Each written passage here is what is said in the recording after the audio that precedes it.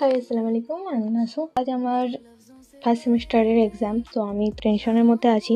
আমি জানি না কতটা পারবো কি না পারবো, খুব টেনশনের মধ্যে আছি। যাই হোক, উপরে আল্লাহ আছে, দেখতে পাচ্ছেন একজন তো আছেন, সে আর সাথে থাকতেই হবে। এক্সামটা আমরা প্রথমবার দিতে যাচ্ছি। আমার বাড়ি উলুবেড়িয়াতে, বাট আমি দিতে যাচ্ছি এক্সাম বাগনানে। প্রথমবার এক্সপিরিয়েন্স করবো আমি বাগনান কলেজে গিয়ে, কেমন হবে না হবে জানি না। সো বাবা বলছিল যে আমি দিতে যাব, আমি বললাম না থাক, আমার বান্ধবীরা যাবে, তাদের সাথে চলে যাব, কোনো অসুবিধা নেই আমার। তো তাদের সাথে স্টেশনে গিয়ে একটু মজা মস্তি করে, তো ওরকম করতে করতে অবশেষে চলে আসলাম স্টেশনে। নেমে পড়লাম।